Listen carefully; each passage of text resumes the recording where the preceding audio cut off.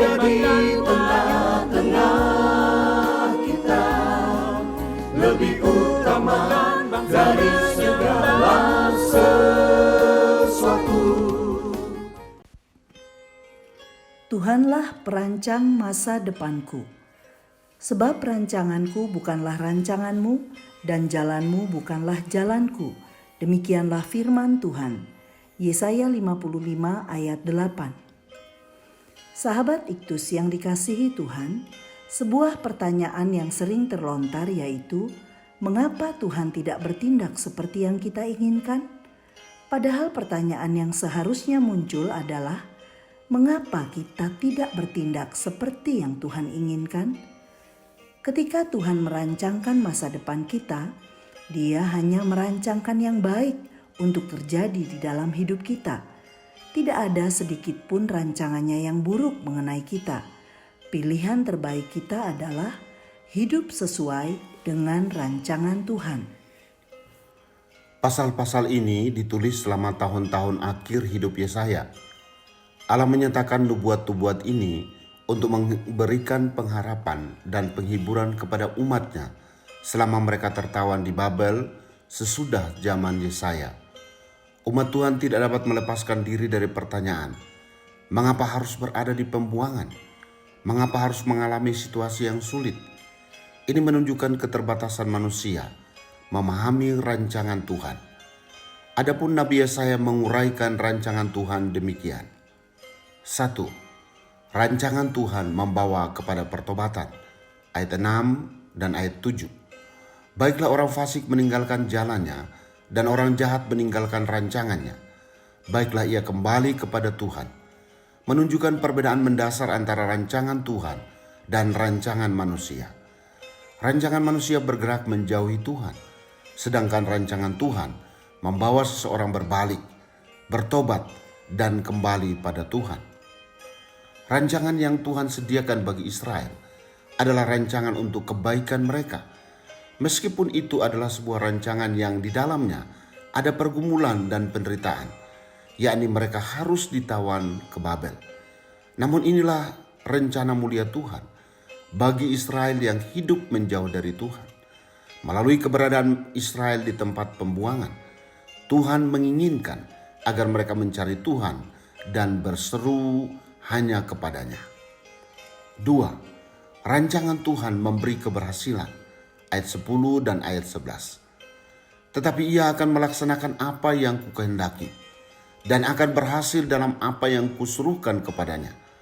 Menyatakan keberhasilan dalam rancangannya. Hal yang sama disampaikan oleh Nabi Yeremia mengenai rancangan Tuhan. Bukan rancangan kecelakaan untuk memberikan kepadamu hari depan yang penuh harapan. Manusia hanya memikirkan yang terjadi sekarang, tetapi Tuhan merancang jauh ke depan. Ada banyak hal yang tidak dimengerti oleh Israel ketika Tuhan membuang Israel ke Babel. Namun pada akhirnya, rancangan Tuhan inilah yang terbaik bagi Israel. Ia menyampaikan firman-Nya mengenai datangnya penyelamatan dari Allah kepada umat-Nya. Firman-Nya tidak akan kembali dengan sia-sia, membuatnya subur dan menumbuhkan tumbuh-tumbuhan, memberi benih kepada penabur dan roti kepada orang yang mau makan. Inilah janji keberhasilan atau kelimpahan di dalam rancangan Tuhan. 3. Rancangan Tuhan mendatangkan damai sejahtera. Ayat 12 dan 13. Sungguh kamu akan berangkat dengan sukacita dan dihantarkan dengan damai. Inilah yang disebut sebagai rancangan kegembiraan dan sorak-sorai kemenangan. Bangsa Israel tetap harus menjalani masa sulit dalam pembuangan, namun mereka menghadapinya dengan cara pandang yang berbeda, bahwa akan tumbuh pohon sanobar ganti semak duri, pohon murat ganti pohon kecubung. Dan itu akan terjadi sebagai kemasyuran bagi Tuhan, sebagai tanda abadi yang tidak akan lenyap. Mengapa mendatangkan damai sejahtera? Karena tujuan dari penderitaan yang Israel alami di tempat pembuangan adalah agar mereka menjadi berkat bagi bangsa-bangsa lain.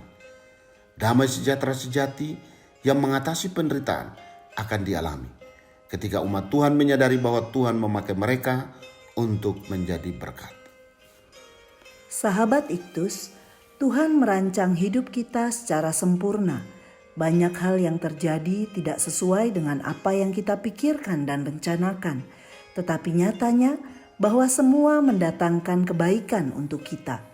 Dia mengetahui yang terbaik, yakni agar kita mengalami pertobatan sejati, memperoleh keberhasilan dalam hidup, dan mengalami damai sejahtera karena dapat menjadi berkat bagi orang lain. Seringkali saya bersungut-sungut untuk setiap persoalan hidup atau kenyataan pahit yang harus saya hadapi. Tuhan merancang kesulitan terjadi dalam perjalanan hidup saya agar saya mencari Tuhan. Dan nyata bahwa dalam kesulitan yang saya alami, Ia tidak berdiam, selalu ada pertolongan. Bahkan saya dibawa untuk memahami bahwa kesulitan hidup adalah peluang bagi saya untuk menjadi berkat bagi orang lain. Sahabat Iktus yang dikasihi Tuhan, apakah pergumulan hidup yang saya alami telah membawa saya kepada pertobatan? Percayakah saya bahwa Tuhan merancangkan keberhasilan dalam hidup saya dan bukan kecelakaan? Dapatkah saya memahami bahwa rancangan Tuhan mendatangkan damai sejahtera bagi saya sehingga saya dapat menjadi berkat? Tuhan Yesus, hal yang saya rindukan adalah menjadi semakin dekat denganmu dalam setiap persoalan hidup yang saya alami. Karena saya percaya bahwa tanganmu senantiasa menuntun saya untuk mengalami keberhasilan demi keberhasilan sesuai dengan janjimu. Bahkan saya bersyukur bahwa Tuhan merancang masa depan saya bukan hanya untuk hidup bagi diri saya sendiri, melainkan bagi orang lain dan bagi bangsa-bangsa.